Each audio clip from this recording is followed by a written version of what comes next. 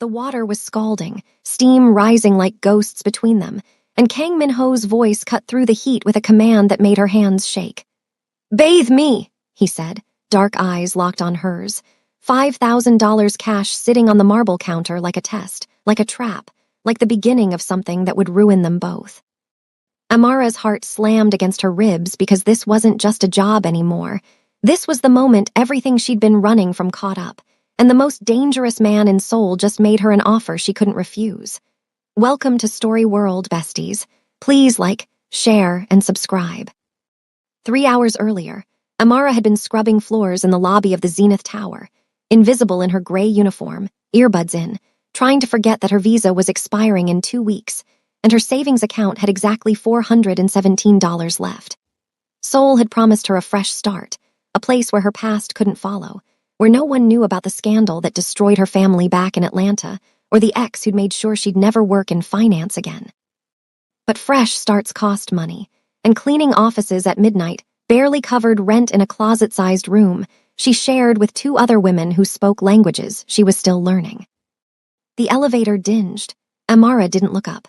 Rich people came and went at all hours in buildings like this, and she'd learned early that eye contact invited questions she couldn't afford to answer. She pushed her cart toward the service hallway, but a voice stopped her cold. "You, the cleaner." The accent was thick, Korean shaped around English words, and it carried the kind of authority that made her spine straighten instinctively. Amara turned slowly.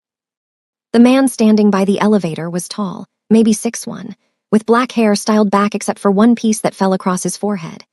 He wore a black suit that probably cost more than she'd made all year, and his face was the kind of beautiful that felt dangerous, sharp jawline, full lips, and eyes so dark they looked black in the hallway lighting.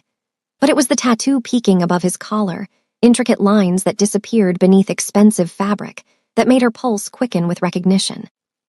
She'd seen enough crime dramas to know what those marks meant. "Yes, sir," she said carefully, keeping her voice neutral.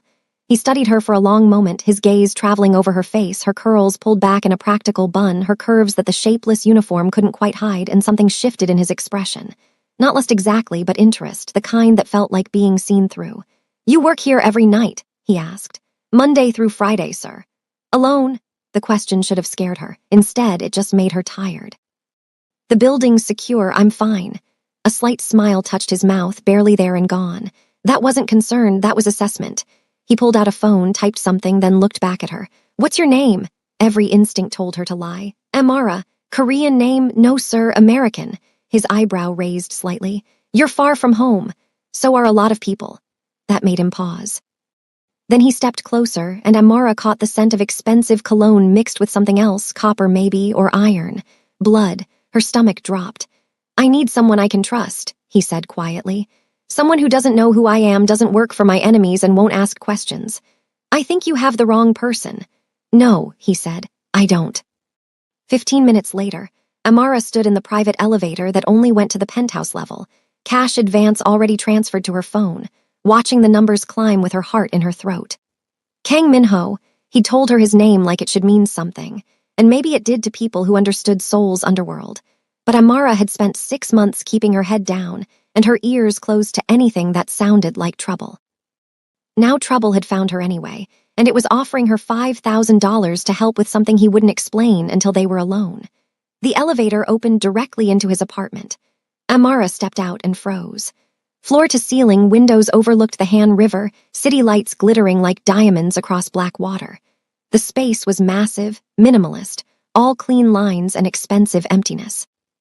No photos, no personal touches, just furniture that looked like art, and art that probably cost more than her life. "This way," Min-ho said, already walking toward a hallway. Amara followed, her footsteps silent on marble floors, her mind racing through escape routes and worst-case scenarios. He led her to a bathroom that was bigger than her entire apartment. The tub was sunken, black granite, already filling with steaming water. Expensive bottles lined the counter, and that's when she saw it. The money. 50 $100 bills, stacked neatly beside a first aid kit that was open. Supplies scattered like someone had grabbed what they needed in a hurry. Min-ho turned to face her, and for the first time she noticed the blood, not a lot but enough. His shirt was torn slightly at the shoulder, and when he shrugged off his jacket she saw the wound. A cut, clean and deliberate, like someone had come at him with a blade. "You're hurt," she said before she could stop herself. I'm aware. He started unbuttoning his shirt and Amara's face heated. Wait, what exactly do you want me to do? He paused, meeting her eyes. I need someone to clean the wound and help me bathe. I can't reach it properly myself, and I don't trust my own people not to finish the job. Finish what job? The one someone started 3 hours ago when they tried to kill me. The words hung in the air, casual and terrifying. Amara's hands clenched at her sides. You should go to a hospital. Hospitals ask questions. You're going to ask questions too, but you'll forget the answers the moment you leave here. That's what the $5,000 buys. Silence and skill. I'm not a nurse. You have hands, you're steady. That's enough. He pulled off his shirt completely, and Amara forgot how to breathe. His body was a canvas of ink and muscle, tattoos covering his chest and shoulders, dragons and Korean script and symbols she didn't understand. More scars too, old ones, layered beneath the art like a history written in violence. The fresh wound looked angry against all that marked skin. The water's ready, he said, nodding toward the tub. I'll pay you double if you don't make this difficult. Amara should have run, should have taken the advance and disappeared into Seoul's endless streets.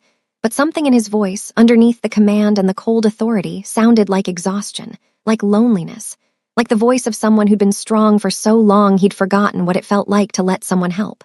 Triple, she heard herself say. Minho's eyes widened slightly.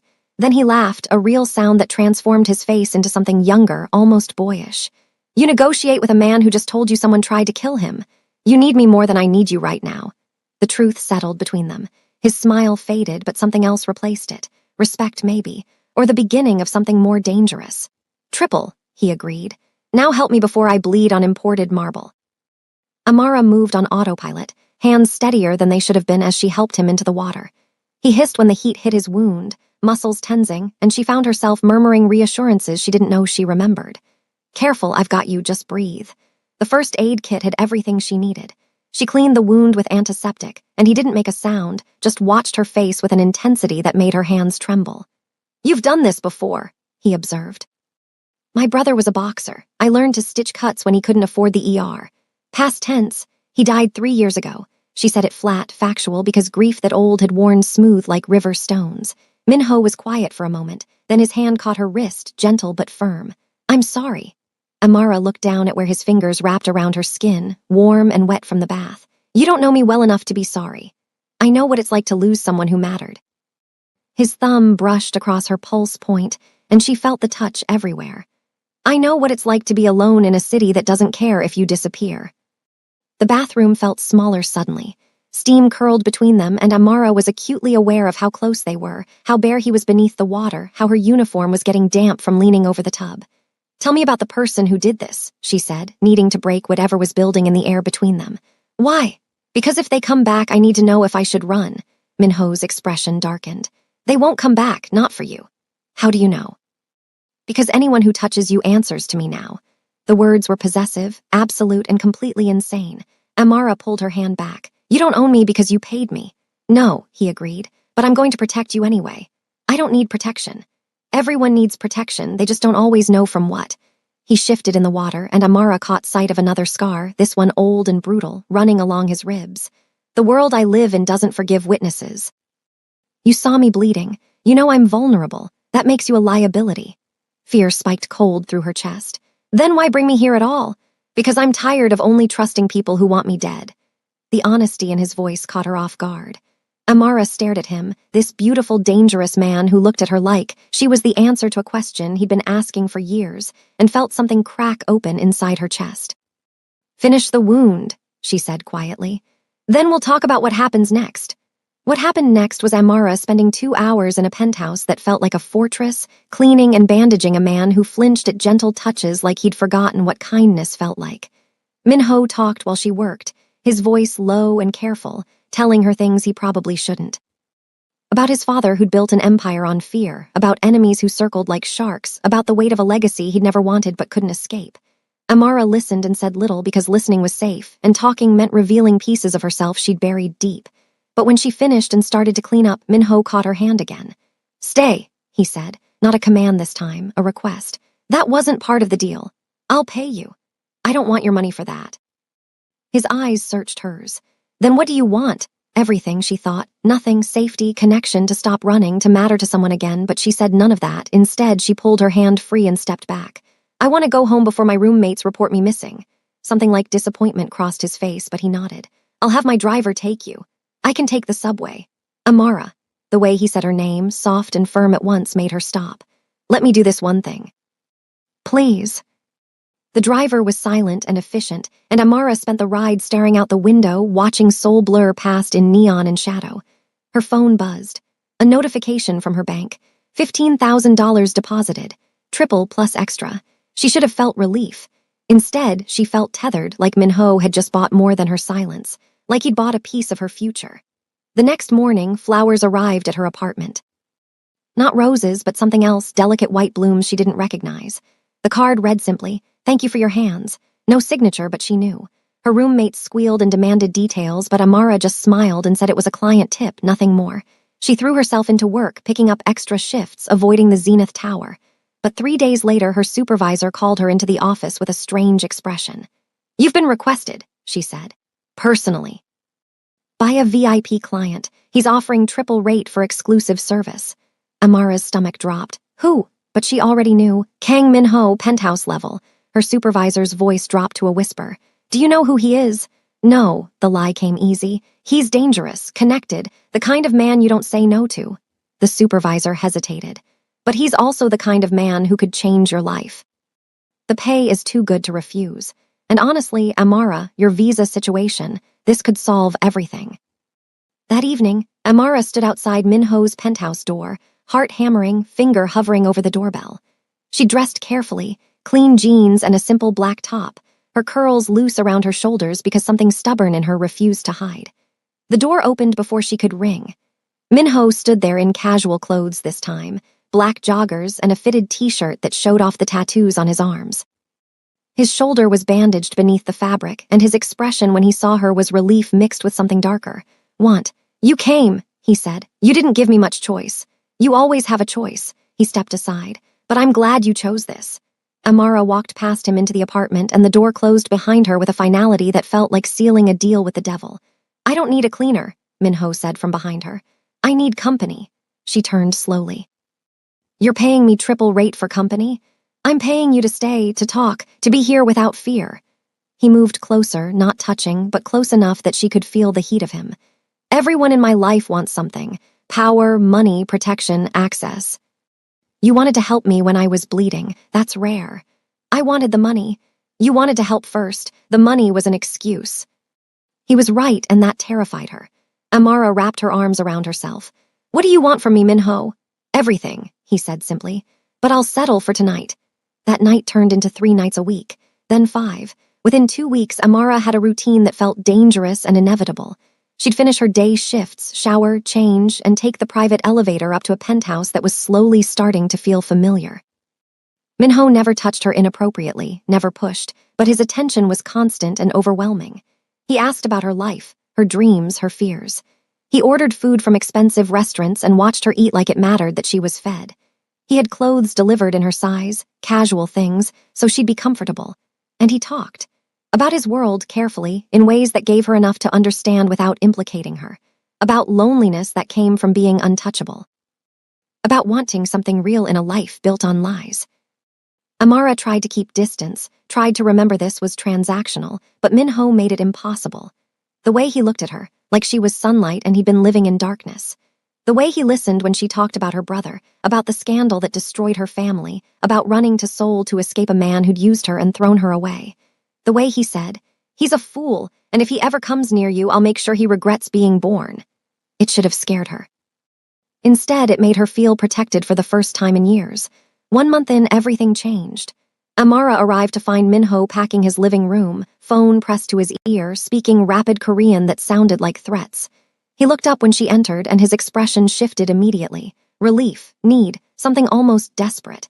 He ended the call and crossed to her in 3 strides. "Bad day?" she asked carefully. "Complicated day." His hands flexed at his sides like he wanted to reach for her but was holding back. I need you to do something for me." "What?" "Let me hold you." The request was so raw, so vulnerable that Amara's breath caught. "Minho, please, just for a minute. I need to remember what it feels like to touch something that isn't violence. She should have said no, should have maintained the professional distance that was already crumbling. But he looked shattered, and she'd spent too many nights listening to him talk about the weight he carried alone. Amara stepped forward and wrapped her arms around him. Minho made a sound, something between a gasp and a sigh, and pulled her close. His face buried in her hair, his body trembling slightly, and Amara felt the exact moment he let himself break. They stood like that for 5 minutes. 10.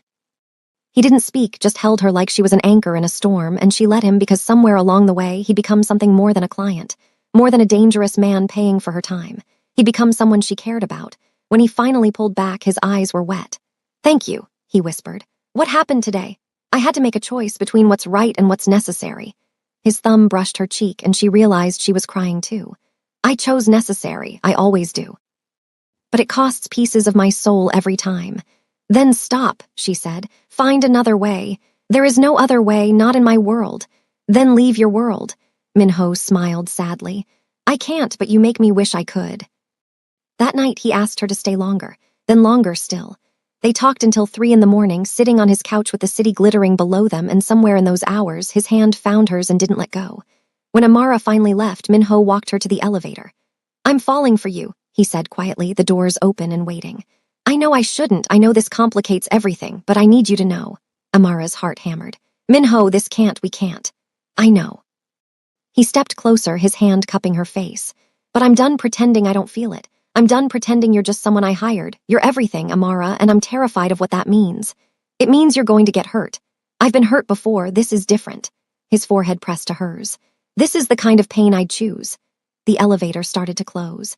Amara stepped inside, and Minho let her go, but his eyes held hers until the doors shut completely. She rode down alone, shaking, knowing that everything had just changed and there was no going back. The next week, jealousy entered the equation. Amara was leaving a coffee shop near her apartment when she ran into Marcus, an American teacher she'd met at a language exchange months ago. He was friendly, harmless, and clearly interested. They talked for 10 minutes, exchanged numbers, and made vague plans to meet up.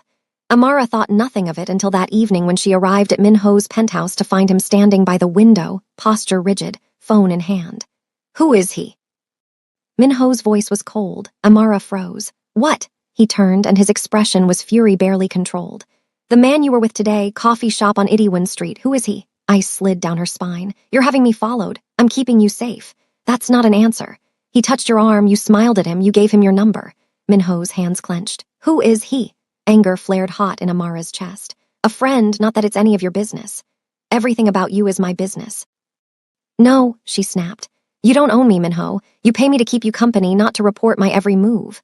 Something dangerous flashed in his eyes. He crossed the room in 3 strides and stopped inches from her, close enough that she had to tilt her head back to meet his gaze. "You think this is about ownership?" His voice dropped to something rough and raw. "You think I'm watching you because I'm possessive, aren't you? I'm watching you because the moment you walked into my life, you became a target. Every enemy I have will look for weaknesses. And you, Amara, you're the biggest weakness I've ever had." The confession hung between them, heavy and terrifying. Amara's breath came faster. "Then let me go, fire me, send me away." "I can't." His hand came up, fingers threading through her hair. "I've tried. I've spent every night telling myself to end this before it destroys us both. But then you walk in and I breathe again. You're my oxygen and I'd rather suffocate than lose you. Minho, tell me you don't feel it too. Tell me I'm alone in this." He was so close now she could feel his breath on her lips. "Tell me to stop and I will." She couldn't. God help her, she couldn't, because he was right. Somewhere between bathing his wounds and listening to his confessions and letting him hold her like she was precious, she'd fallen too. Fallen for a man who lived in shadows and violence, who looked at her like she was light made flesh, who would burn the world down to keep her safe. "I feel it," she whispered. "I'm terrified, but I feel it." Minho's control shattered. He kissed her like a man starving, like she was air and he'd been drowning, and Amara kissed him back with everything she'd been holding in for weeks. Desire, fear, need, all of it pouring out in the press of lips and the tangle of tongues, and the way his hands gripped her waist like he'd never let go. They stumbled backward, kissing frantically, desperately. Minho's back hit the wall and he reversed them, lifting her easily, her legs wrapping around him instinctively. "Tell me to stop," he gasped against her mouth. "Tell me this is wrong. It is wrong." Her hands were in his hair, pulling him closer. "We shouldn't." "I know." He carried her toward the bedroom, and everything blurred into heat and need and the feel of skin on skin, barriers falling away, hearts beating in sync. The world outside disappeared, and there was only them, only this, only the desperate claiming of two people who'd been alone too long. When it was over, when they lay tangled together in sheets that smelled like expensive detergent and new beginnings, Amara felt fear creep back in. This changed everything. This made it real. This meant she'd crossed a line she could never uncross. Minho's arms tightened around her like he could feel her pulling away.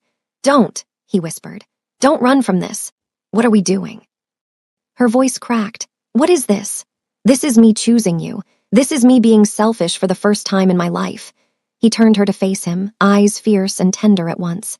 "I know I'm dangerous. I know my world will try to destroy you. But I swear, Amara, I will protect you with everything I have. You're mine now, and I don't let go of what's mine." Possessiveness should have terrified her. Instead, it felt like the safest promise anyone had ever made. Amara touched his face, tracing the sharp line of his jaw. "What if I hurt you? Then I'll survive it. I've survived worse." His lips brushed her forehead. "But please don't leave, not tonight." She stayed. She stayed through the night and into the morning, and when dawn broke over Seoul, painting the sky in shades of pink and gold, Amara woke in Minho's arms and felt something she hadn't felt in years. Hope, but hope in Minho's world came with a price, and that price was about to come due. The threat came 3 days later in the form of photographs slipped under Amara's apartment door. She found them when she came home from a morning shift, exhausted and thinking about Minho's text from an hour earlier asking when she'd come over. The envelope was plain, unmarked, and the moment she opened it, her world tilted sideways. Photos of her and Minho, leaving his building, in his car. Through his penthouse windows, kissing, intimate, exposed. The final photo was her face circled in red with Korean text she couldn't read, but the meaning was clear enough. Target acquired. Amara's hands shook so badly she dropped the photos. Her phone rang immediately like whoever sent them was watching, waiting. Unknown number, she almost didn't answer. "Hello, Amara Winston." The voice was male, Korean accent thick, tone pleasant in a way that felt like poison.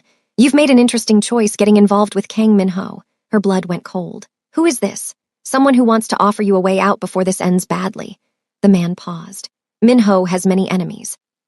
You've become a liability to him, a weakness. Walk away now, leave Seoul, and you'll be compensated generously for your discretion. And if I don't, then you'll discover exactly how dangerous love can be in our world." The line went dead. Amara stood frozen in her tiny apartment, photos scattered at her feet, fear climbing up her throat like bile. She should call Minho, should tell him immediately. But another part of her, the part that had survived scandal and betrayal before, whispered that maybe the voice was right. Maybe loving Minho was a death sentence she was too blind to see coming. She didn't go to his penthouse that night. She texted an excuse about feeling sick and ignored his concerned responses. But Minho knew her too well now, knew when she was lying, and by midnight he was at her door. Amara opened it to find him standing in the hallway, still in his suit from whatever business he'd been conducting, eyes dark with worry and something harder. Anger. "Let me in," he said quietly. It wasn't a request. She stepped aside, and Minho entered, his gaze sweeping the small space, landing immediately on the photos still scattered across her floor. He went very still, that terrifying stillness that preceded violence. "When did these arrive?" His voice was deadly calm. "This morning. And you didn't call me." It wasn't a question. "I didn't know what to say." Amara wrapped her arms around herself. "A man called, said I should leave Seoul, said I'm a liability to you." Minho's jaw clenched so hard she heard his teeth grind. He pulled out his phone, made a call, spoke rapid Korean that sounded like orders being given to soldiers. When he hung up, he turned to her with eyes blazing. "Pack a bag, you're coming with me." "Minho, I can't just—" "Now, Amara, this isn't a discussion." 20 minutes later, she was in his car, a bag hastily packed, being driven through Seoul's nighttime streets with Minho beside her, one hand gripping hers like a lifeline, the other scrolling through his phone with deadly focus. "Where are we going?" she asked. "Somewhere safe. Somewhere they won't find you until I've handled this." "Handled what exactly? Who are they?" Minho looked at her then, and she saw fear beneath the fury. Real, raw fear. Rival family. "They've been trying to undermine my organization for months. I knew they'd eventually come after me personally, but I thought I had more time before they identified you. So this is my fault, for being with you." "No," his grip tightened.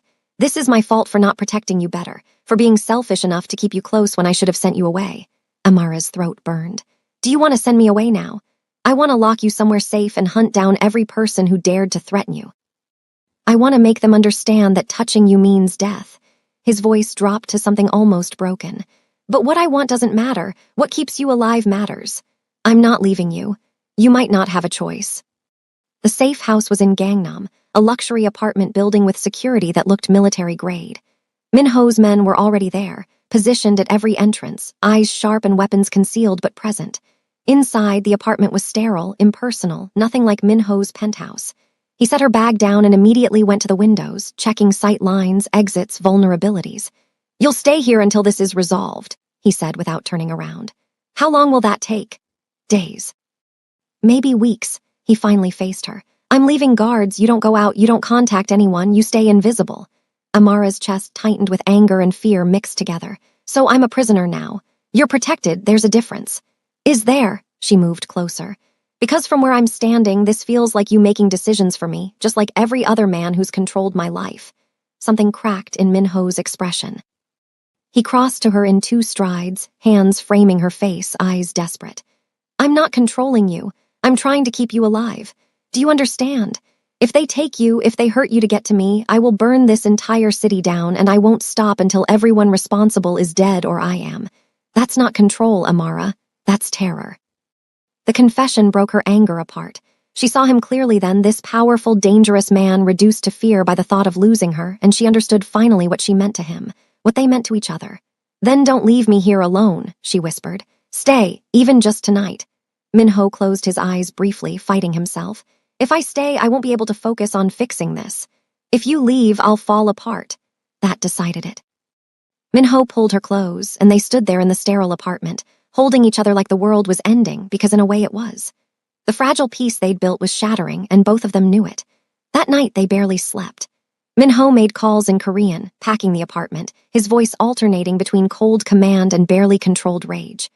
Amara sat on the couch, watching him, memorizing the way he moved, the fierce protectiveness in every word, the love that drove his fury. When he finally hung up and came back to her, exhaustion lined his face. "It's done for now." "What's done?" "I've sent a message, made it clear what happens to anyone who touches you." He sat beside her, pulling her into his lap. "But this won't end quietly, Amara. War is coming and you're the reason.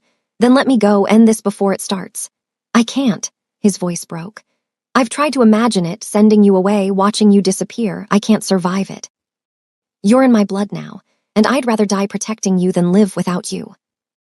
Amara turned to face him fully, straddling his lap, hands in his hair. "Then we fight together. You don't get to protect me by pushing me away. You don't understand what you're asking. I understand exactly what I'm asking. I'm asking you to trust me, to let me stand beside you instead of hiding me away." She kissed him fiercely. "I'm not fragile, Minho. I survived losing everything once. I can survive this if you stop trying to do it alone." Something shifted in his eyes. Resignation, maybe, or acceptance. He kissed her back with everything he'd been holding in, desperation and need and love all tangled together, and they fell into each other again, seeking comfort in touch, in heat, in the temporary escape of bodies joined and hearts beating in sync.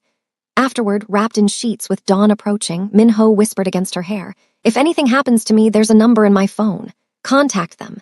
They'll get you out of Korea safely. Nothing's going to happen to you. Promise me anyway." Amara promised, even though the words tasted like ash. The attack came 2 days later, and it didn't target Minho. It targeted her. Amara was in the safe house kitchen making coffee when the power went out. The guards reacted immediately, voices sharp through the darkness, but before she could process what was happening, someone grabbed her from behind. A hand clamped over her mouth, an arm around her waist, and she was being dragged toward the service entrance. Training from self-defense classes, her brother had insisted on kicked in. Amara bit down hard, stomped backward, threw her elbow into ribs. The man cursed in Korean but didn't let go. Then gunfire erupted. Sharp cracks that made her ears ring. The arm around her loosened and she was falling, hitting the floor hard enough to knock the air from her lungs. When she looked up, Minho's headguard stood over her, gun still raised. The man who'd grabbed her crumpled and bleeding on the floor. "Are you hurt?" the guard asked in accented English. Amara shook her head, unable to speak. "Come, now, we move."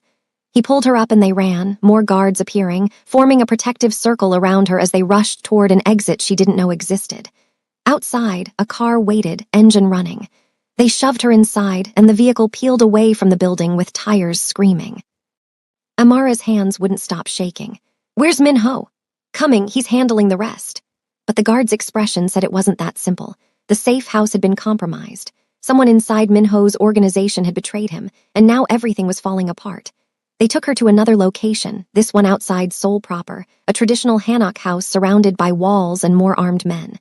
Min-ho arrived 3 hours later, and the moment Amara saw him, she burst into tears. He crossed to her immediately, pulling her into his arms, his body shaking as much as hers. "You're okay, you're safe, I've got you." But his voice was raw with barely controlled rage. "They got inside, someone I trusted sold us out." "Who?" "I'm finding out, and when I do," he stopped, jaw clenched. "This ends tonight, one way or another." Fear spiked through her. "What are you going to do?" Min-ho pulled back, looking at her with eyes that held too much darkness. "What I should have done weeks ago. Eliminate the threat completely. That means killing people." "Yes." No hesitation, no apology, just cold truth. "Min-ho, you can't." "I can and I will. They tried to take you. They crossed the only line that matters." His hands cupped her face. "I told you I'd burn the world down for you. Tonight you'll see I meant it." He left before she could argue, taking most of his men with him, leaving only a skeleton crew to guard her. Amara paced the hanok house like a caged animal, watching the sun set over mountains she couldn't name, fear eating her alive. Hours passed. Her phone had been taken for security, so she had no way to contact anyone, no way to know if Min-ho was alive or dead, winning or losing. Around midnight, the remaining guards got a call. One of them approached her carefully. "It's done. Boss says to bring you home." "Is he hurt?" "He's waiting for you." That wasn't an answer, but it was all she'd get. The drive back to Seoul felt endless. They didn't take her to the safe house or Min-ho's penthouse, but to a private hospital, the kind that didn't ask questions and treated people who couldn't go to public facilities. Amara's heart stopped. "He's hurt. He's alive. That's what matters." Min-ho was in a private room, sitting on an exam table while a doctor stitched a gash on his arm. His shirt was torn and bloody, his face bruised, but his eyes when they found hers were fierce and relieved. "Out," he told the doctor. "I'm not finished." "Out now."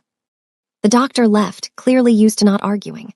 Amara stood frozen in the doorway until Min-ho held out his uninjured hand. "Come here." She went, crossing the room on shaking legs, and the moment she was close enough, Min-ho pulled her between his legs, burying his face against her stomach. "It's over," he said roughly. "The rival family, the leak, all of it, done." "How many people died tonight?" she had to ask, had to know what he'd become for her. "Enough that no one will threaten you again." He looked up, eyes dark but clear. "I'm not sorry, I'd do it again, I'd do worse." Amara should have been horrified, should have run from the violence he'd committed in her name. But all she felt was exhausted relief that he was alive, that they'd survived, that the nightmare was finally over. "I thought I lost you," she whispered. "Never, I'll crawl back from hell itself before I leave you." He stood, wincing, and kissed her with split lips in desperation. "Marry me." The words knocked the air from her lungs. "What? Marry me. Tonight, tomorrow, whenever you're ready. Make this real, make it permanent." His hands shook as they framed her face. "I know it's insane. I know I'm covered in blood and this is the worst possible time, but I can't wait anymore. I need you to be mine in every way that matters." Amara's mind reeled. "Min-ho, we barely know each other. This is too fast, too. I know everything that matters. I know you're brave and kind and strong enough to stand in my world without breaking. I know you see me, all of me, and don't run. I know I love you more than I've ever loved anything." His voice cracked. "And I know life is too short and too dangerous to waste time pretending we're not meant for this." Tears streamed down her face. "You're asking me to marry a man who just killed people. I'm asking you to marry a man who would kill anyone who threatens his family. And you're my family now, Amara, the only family that matters." The truth of it settled in her bones. This man, this dangerous, beautiful, broken man, loved her with a ferocity that rewrote everything she thought she knew about safety and risk. "Yes," she heard herself say. "Yes, I'll marry you." Min-ho's expression shattered into something raw and relieved. He kissed her desperately, tasting like copper and promises, and Amara kissed him back, choosing him fully, choosing this life, choosing love over fear. They married 2 weeks later in a small private ceremony with only Min-ho's most trusted people present. Amara wore a simple white dress, nothing fancy, nothing that drew attention. Min-ho wore a black suit and looked at her like she'd hung the moon. When he slid the ring on her finger, his hands shook. "You're mine now," he whispered. "Legally, completely, forever." "And you're mine," she replied. "Don't forget that part." His smile was fierce and tender at once. "Never." The reception was quiet, intimate, nothing like the grand affairs Minho's status would normally demand. But he didn't care about status anymore.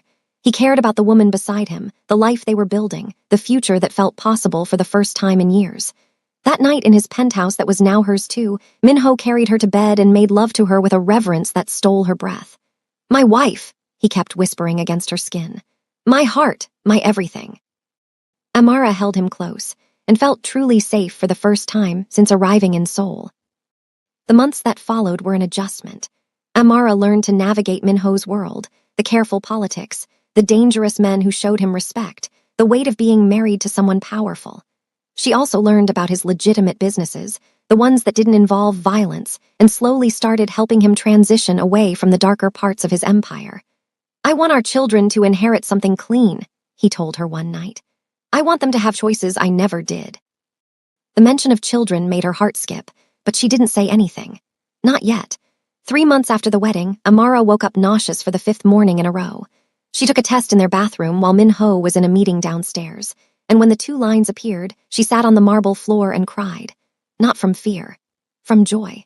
From the overwhelming realization that she was building a life with a man who'd fought through hell to protect her, and now they were creating something new together. When Minho came looking for her an hour later, he found her still sitting there, test in hand, tears on her face. He went very still. "Amara!" She looked up at him, this fierce, dangerous man who'd chosen her over everything, and smiled through her tears. "I'm pregnant." For 3 full seconds, Minho didn't move. Then his knees buckled and he dropped beside her, hands shaking as he took the test, staring at it like it held the secrets of the universe. "You're sure?" "The test is positive." "I have a doctor's appointment next week to confirm, but yes, I'm sure." Minho's breath left him in a rush. He set the test down carefully and pulled her into his lap, holding her so tightly she could barely breathe, and when he spoke, his voice was wrecked with emotion.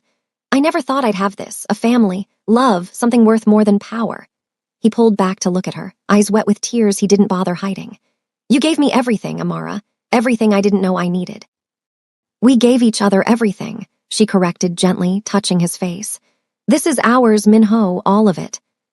They sat together on the bathroom floor of their penthouse, holding each other while Seoul glittered beyond the windows, and for the first time in both their lives, the future looked bright instead of terrifying. Minho kept his promise. He transitioned out of the dangerous parts of his business, focusing on legitimate enterprises, building something their child could be proud of. There were threats still, men who didn't like change, but Minho handled them with the same ruthless efficiency he'd always had, just cleaner now, legal. Amara's pregnancy progressed smoothly. Minho was obsessive about her health, her safety, her happiness. He attended every doctor's appointment, read every book on parenting, and talked to their growing baby every night like the child could already hear him. "Your mother saved me," he'd whisper against her belly. "She walked into my life when I was drowning and taught me how to breathe again. I'm going to spend the rest of my life making sure she never regrets choosing me." Amara would run her fingers through his hair and think about how far they'd come.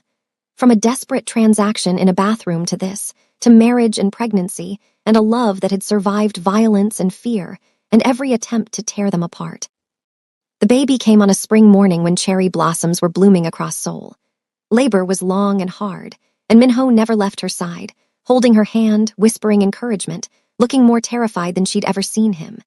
When their daughter finally arrived, tiny and perfect and screaming with healthy lungs, Minho cried openly.